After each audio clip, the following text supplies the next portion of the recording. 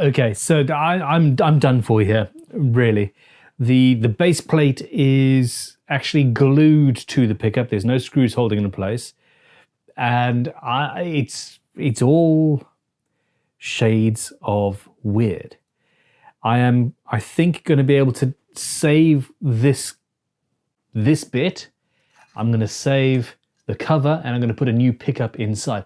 The strangeness of this is that I'm reading a full 8K or so from the humbucker. So it's not that there isn't a dead coil, unless this was supposed to be a 16K humbucker, which I doubt in 1979. So literally, this red lead here has to be faulty or has to have never been hooked up. And I'm just reading 0 on that. But I can't get in there I can't get to where that's supposed to be. Burn it. This guitar is cooler than I actually thought it was. Perfect! I don't think, can I just pop it off? I'm going to cut in and see. But I also need to get Orson to his clubs. So yeah, parenting trumps pickup experimentations. You got nothing. We got nothing. I'm supposed to be home, but this is intriguing. I can put a new pickup in and wire it up in the same way though, so that should be okay.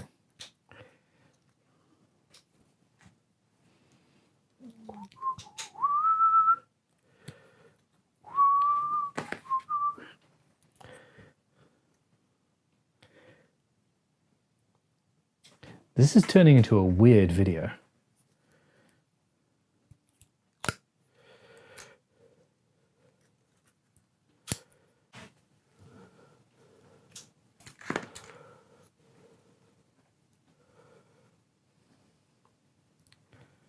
Okay, if I just pop this off, it might well break.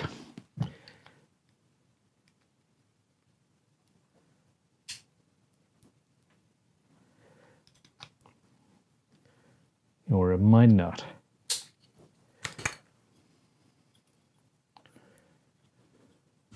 Yeah, this is a very epoxy potted thing. And I don't know. I do not know. I'm not holding out hope here. There we go.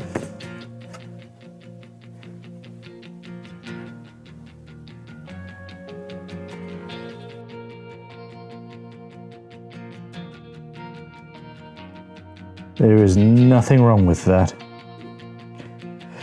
Okay. Wherever the break is, it's internal. It's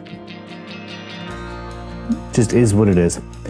Just to confirm, I'm gonna go as close as I can.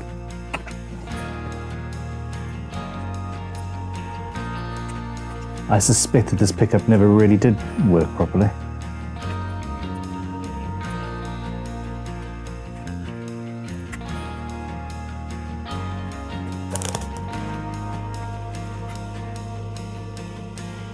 No. Nope. This pickup is toast. Or at least that's the thing, it's weird. It's working as a full pickup. It's working as a full humbucker.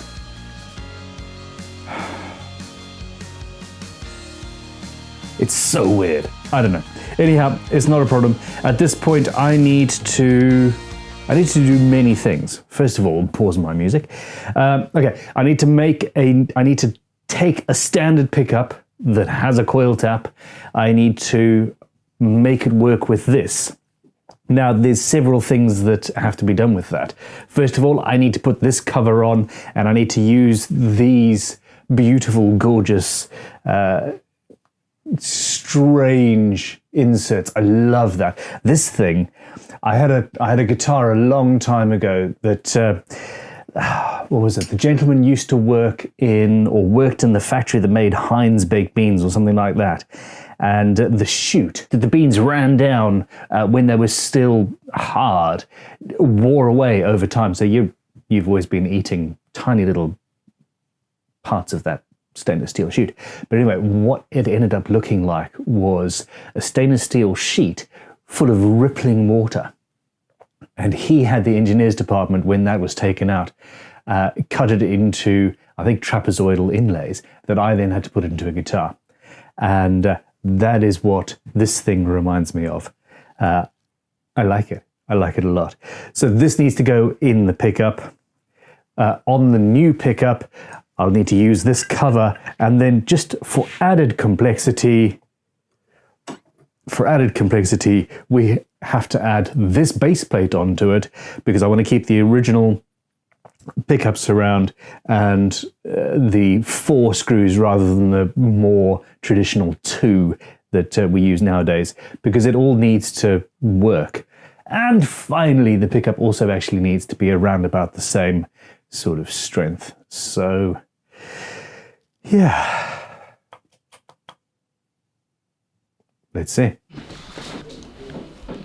Hi, I'm Sam, and I'm here back at Crimson HQ, and today we're going to be taking a bit of a look at this rather different pickup from a Peavey T-60. Now, we've got a couple of issues with it. Bit of a strange situation. It's got a coil tap option. However, although the pickup's working end to end, we don't actually have the option to put one of the coils to ground, which means the coil tap wire, which they've put as the red wire, mustn't be connected somewhere. As it's epoxy potted, it's very unlikely that we're going to actually be able to repair this pickup. Whilst we're going to try, it might need rewinding. But let's take a look and see what we can do. So what I'm trying to do is just remove the top cover, because if we do have to remake the pickup, we want to keep as many of the original parts as possible, and then it'll keep the original feel of the instrument that it's going to be going back into. It's proving a little bit difficult, as we don't know how this is attached. Great, so we've got that removed, which is fantastic. So we can take a look at how they've assembled this pickup. They've made some custom bobbins, so it would be nice to keep the original parts, as we're not going to be able to get those from anywhere else other than this pickup. However, as we say, it's epoxy potted, so it's always a bit of a nightmare to repair anything like this. So I'm just going to try and cut away some of this epoxy to see if I can get to expose some of the wires, just to see what's going on in there. And hopefully we'll find something we can fix.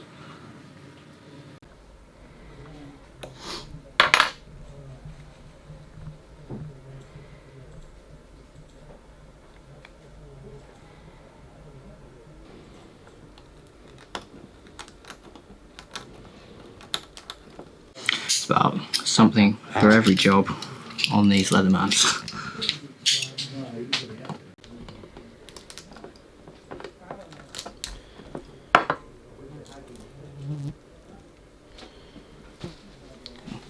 Bar magnet.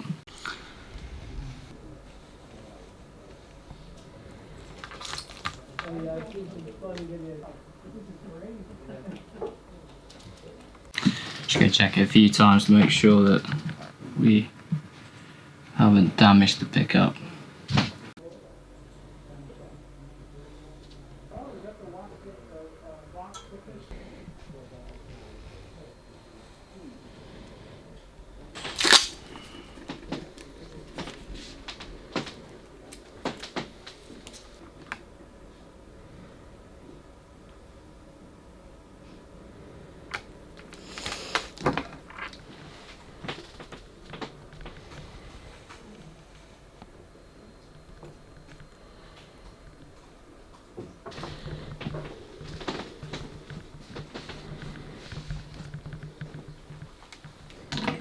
So what I've managed to find is where the coil tap connects in.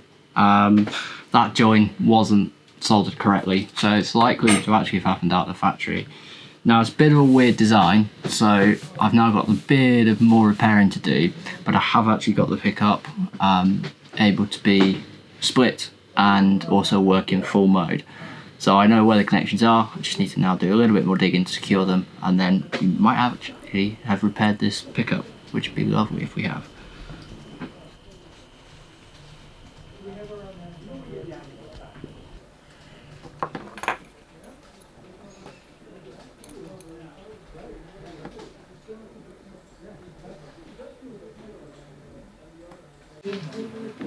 So 26.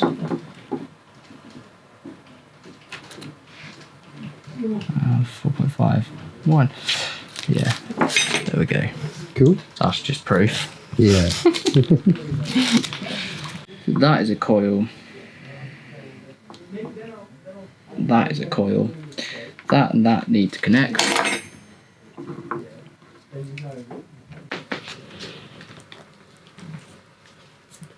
So what we found is all the connections for the wires that we need, and I'm now going to bridge that connection, put the pickup back together, and it should all work as it should.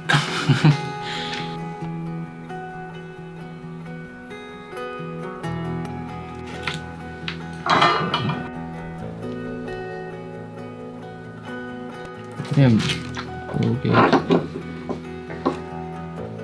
Good to go. A little bit more.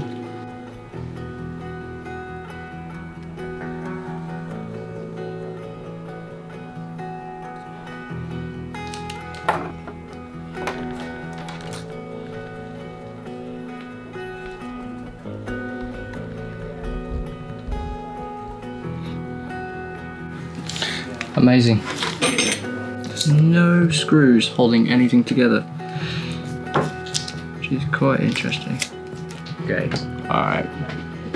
We've only got colourful heat shrink, which is not ideal.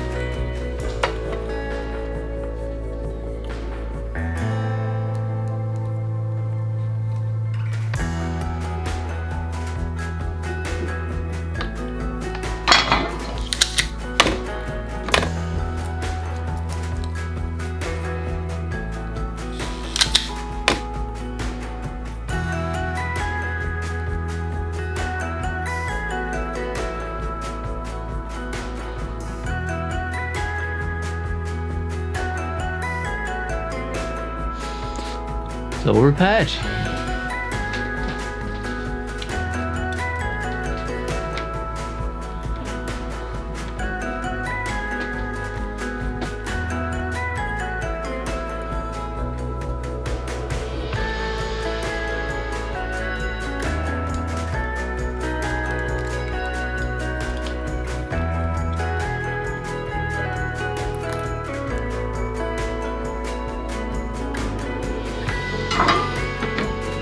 One last check.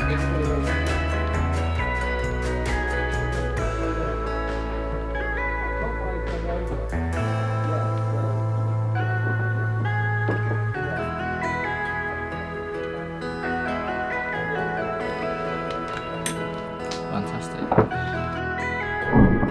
Don't beat yourself up over it, Tommy. It's alright.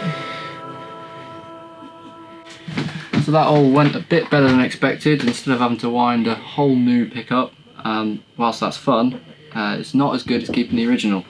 So now the guitar will sound just as it did back in 1979. Well, that was a diversion and fun, and I cannot believe that Sam managed to fix this thing.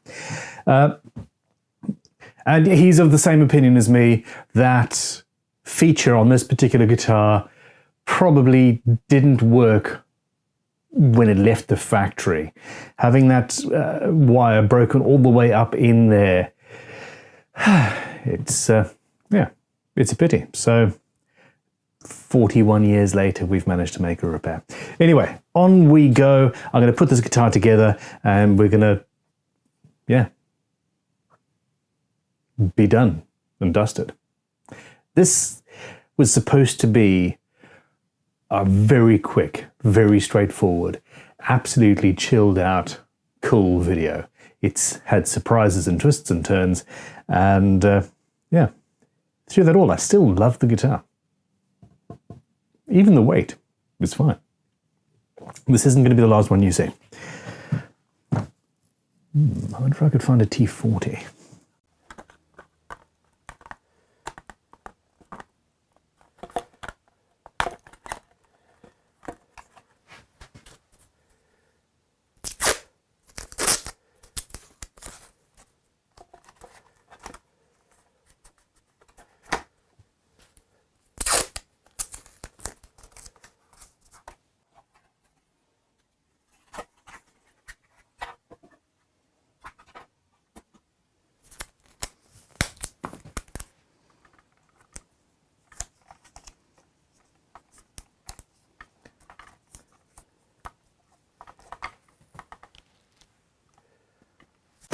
Always do a mini diagram if required.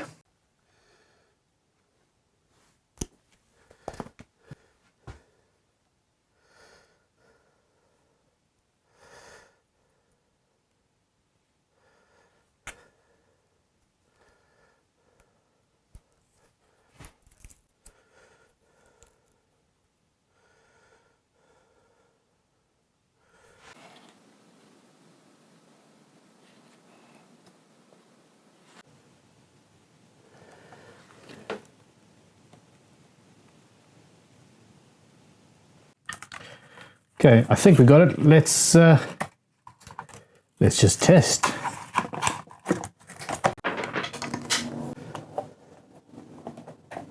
Here we go. Selected. So we've got full volume. This should be coil split. Haha. And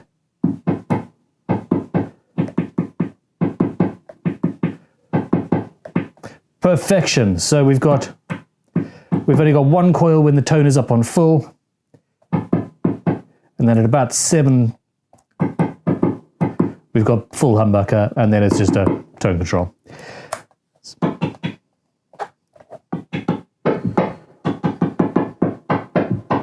Woohoo! Sam, you are the man, the machine, the one and only, and you done it. So this is good. I mean, you guys don't often see, at least in recent years, you don't often see what goes on at Crimson headquarters, and we make custom pickups. We repair, not often pickups, because, you know, it's not something we get asked about fairly regularly, but we repair all sorts of things, guitars, full restorations, repairs, refinishes, all of that sort of stuff. We do the finishes for a bunch of custom makers and other builds and things like that. But yeah, I think that this has just proven that on the channel we need to see more of Crimson et al. Rather than just me. Can I have a holiday? No, that would be insane. I don't want time off. What I do want to do is reinstall the 7011. How many? Hold on. 2, 4, 6, 8, 10, 12, 14, 16, 18, 20, 22, 24, 26. There's like 26, 28 screws that I need to put back into this guitar just to get the scratch plate in place now. We're going to do that and put it together and see what happens. Yeah, fun times. I full on thought that we were going to have to replace that pickup. Let's hear it for Sam.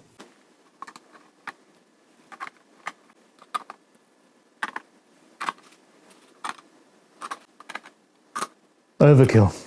Like, what the hell, man? I know it's a carved top and you're fitting a piece of plastic to that carved top, but this is just not required. And you missed a space. You could have easily had another one there. I mean, if you're gonna do all of that, put one there, man. Lol. Okay, I used a power drill to get them most of the way down. I do not trust the ratchet system because underneath each of the screws we've got that cavity, so I could pull the screw right through the scratch plate, and I don't want to damage that. Neck, beautiful frets. We've got that piece of sandpaper on the bottom here. One of the commenters in video 1 was absolutely spot on. That is there to stop the neck swiveling in the pocket, which they were obviously worried about the pockets not being absolutely spot on. It's not actually as bad as well, it's not incredible, but there's not movement. I would be quite happy. What I'm interested in though is if you look closely here, look at the radius of that corner versus the radius of that corner. And there's actually a fairly significant difference. So yeah, they weren't 100% on top of things. This has been sanded. This end has been sanded back on a disc sander or something like that. In fact, you've probably got a 1/2 mil difference. That's a little bit longer. So while it was made on the CNC machine, they had a lot of finessing to do, or at least they had finessing to do in order to get it working and fitting properly.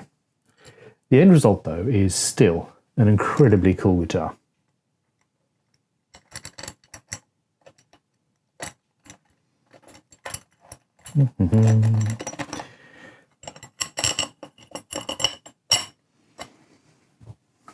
And one of the coolest backplates ever, in my opinion.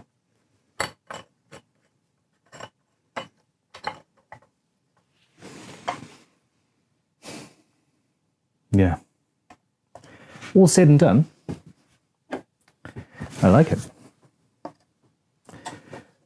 Should we get a T-40 to pull apart on the channel as well?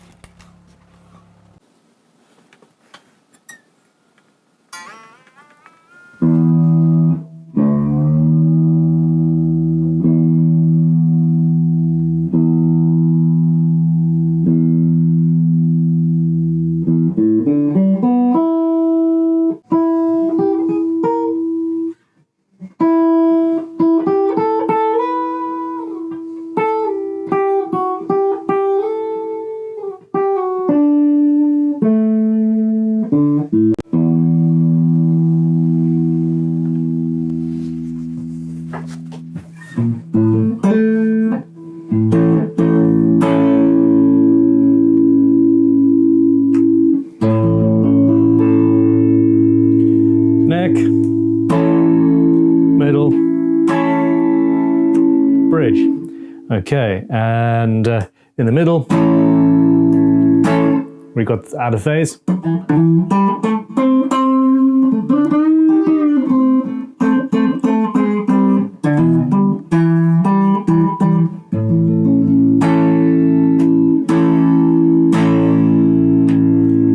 But the fun thing is, okay, so neck. Now now we got a full humbucker. Coil split, full humbucker.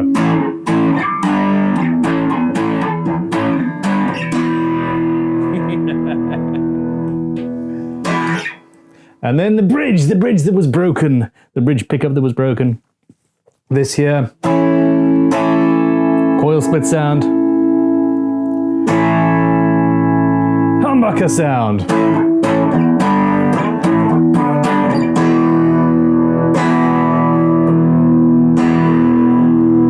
So this is middle position, but with both humbuckers.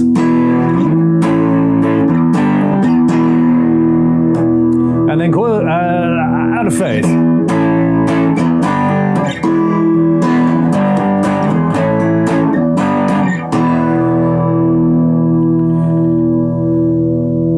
And of course, we actually do have tone controls on these tone controls as well.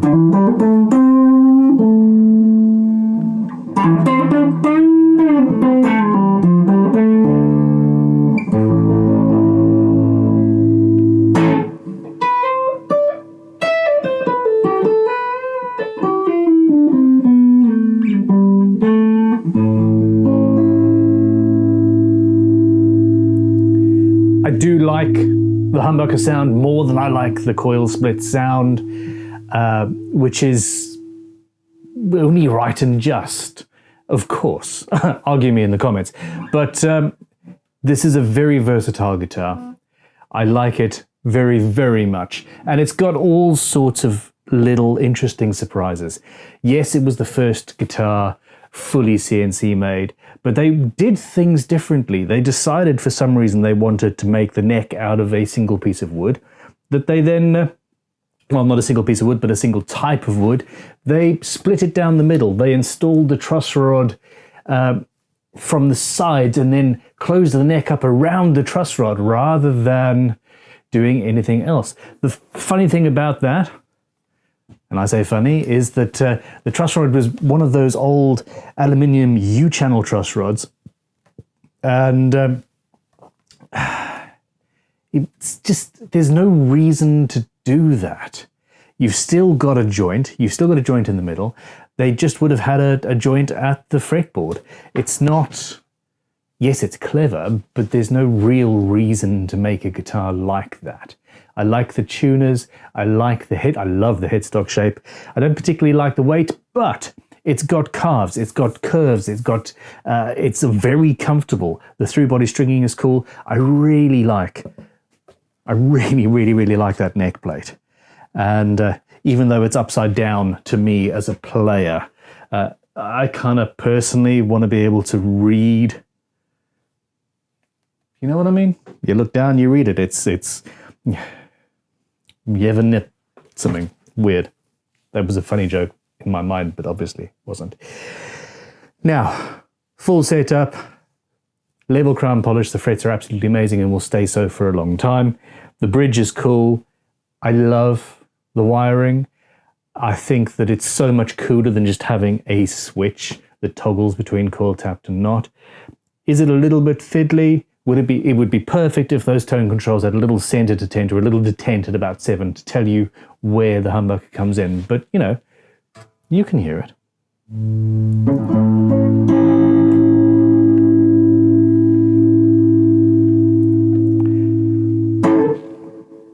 Cool. Don't forget, this guitar could be yours. The raffle is now live and will be so for about a week. The profits from that go towards the Dorset Guitar Museum, which is my sort of pet project, my midlife crisis. Let's build a guitar collection for the masses. Check out dorsetguitarmuseum.com and dailyguitarraffle.com. I would much appreciate your support in this endeavor. But for now, I'm going to stop this and have some fun. What's it like?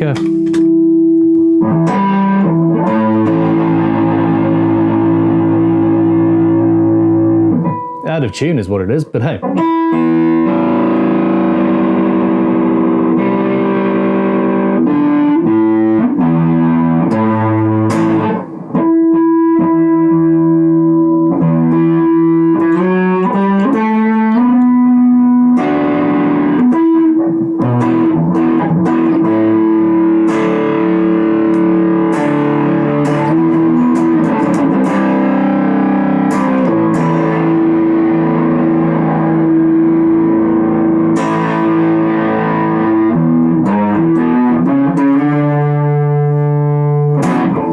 Burn it.